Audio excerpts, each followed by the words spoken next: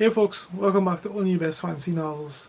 And today I'm going to pitch my 2 cents into the ether regarding one of the most popular epic fantasy books probably in recent memory, and that's The Way of Kings by Brandon Sanderson.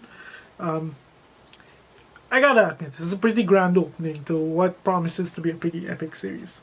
Like, this is Sanderson's quote-unquote magnum opus according to him, and I have to be like honest. This is probably my favorite of the series so far, The Way of Kings. The Way of Kings is basically the story of three people who were on the cusp of radical change. The first character, and probably the most popular person in this entire series, is Kaladin, he's a soldier turned slave turned he's a surgeon turned soldier turned slave, who's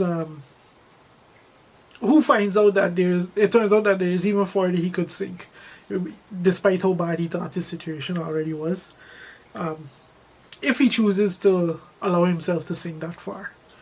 Then the other major POV that we have is Shalyn, who's this cherished daughter of a noble house that's on the brink of destruction, and in a rather interesting attempt to save them from being wiped out, she decides to go and rob one of the most infamous heretics in the world.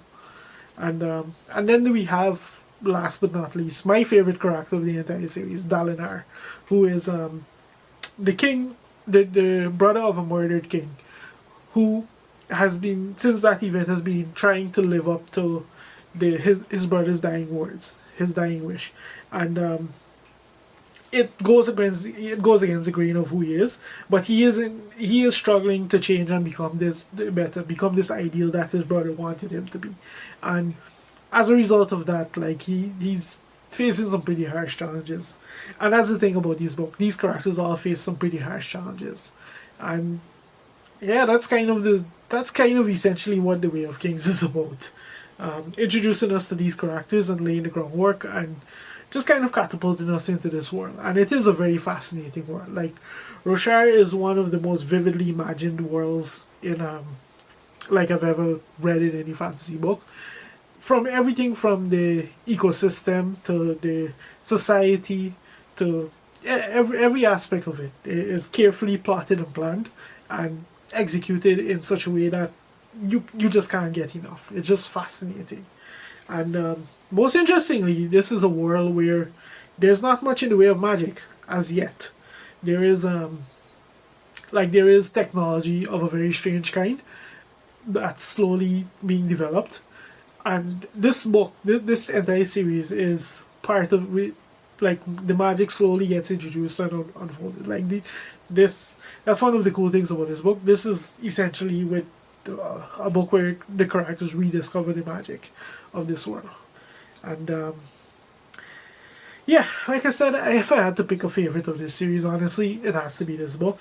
I just find it, I don't know, I just find myself much more incredibly entertained with it than in pretty much any other book in the series. And that's saying something.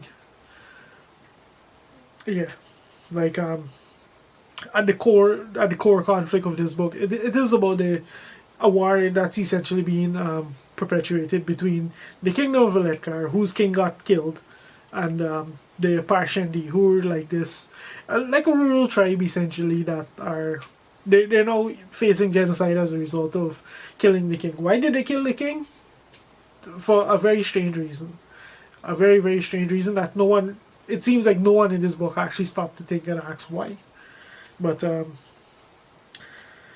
yeah, that's kind of the gist of The Way of Kings. I honestly don't feel like going on much more about it because there's probably hundreds of thousands of like at least thousands of videos on booktube talking about this stuff.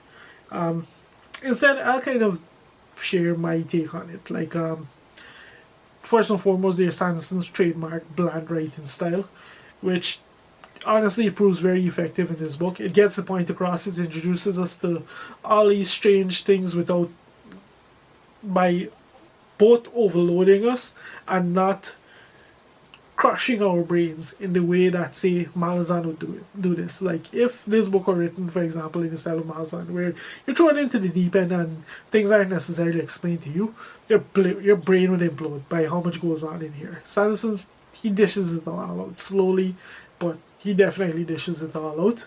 And this is a book that was written pretty early in his career, and we do see that in some of the less fun parts of this book, namely Shalyn. Shalyn, she's described as being a witty person, and honestly, her sense of humor is atrocious, exhaustingly atrocious. And what I do find amusing is that Sanderson recognizes this is a shortcoming of him, so he actually baked into the story an excuse in that Shalyn, like multiple people. It's mentioned multiple times that Shalyn has a habit of speaking without thinking, kind of like what I do on this channel when I sit down to film videos. But yeah, there's that. But honestly, when I think about why I like this book, it's because it's it's epic fantasy in the truest sense of it, in just how grand the scope is and all of that. But it also has a healthy dose of heroic fantasy. And when I say heroic fantasy, like, this is a book that incorporates some of the more noble ideals that humanity as a species like embodies. And I'm thinking of things like honesty, heroism, courage, bravery, duty, self-sacrifice, morality, these kind of things. Like, these things are all baked into the journeys that these characters go through, and they're all questions that they tackle, and all and thoughts that ruminate kind of with them throughout this series. Not overtly, just in the situations that they're placed in, and their reactions and these kind of things. And what I find interesting about how that aspect of it is handled is that Sanderson doesn't get up on a soapbox at any point to talk about any of these things. What he does instead is they're baked into the story in such a way that it makes you want to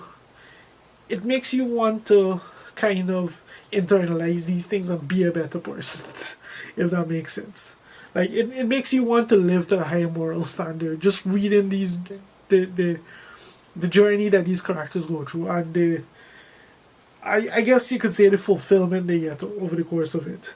But at the same time, that's not to say that his book is all like roses or anything. Like, at the end of the day, Aletkar is a deeply flawed society.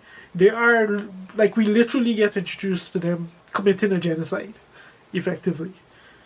Which is something, I'm not sure if anyone else has talked about it on booktube, but I'll talk about it. These guys are committing a genocide with little to no thought put into it.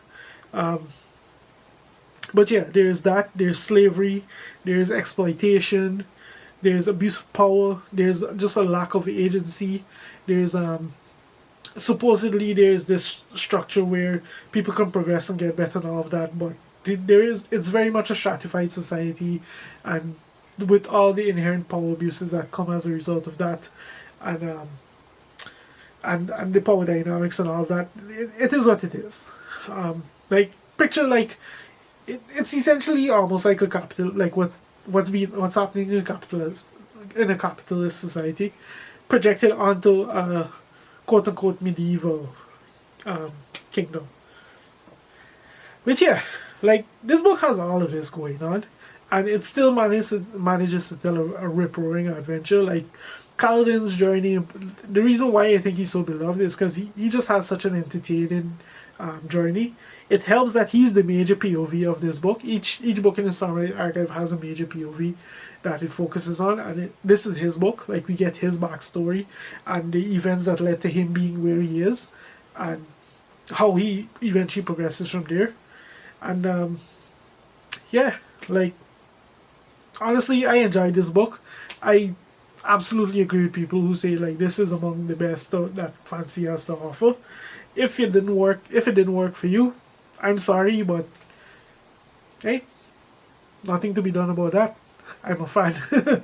And yeah, I think that's all I have to say about The Way of Kings. If you made it this far into the video for whatever reason, thank you very much for watching, and I'll see you next time.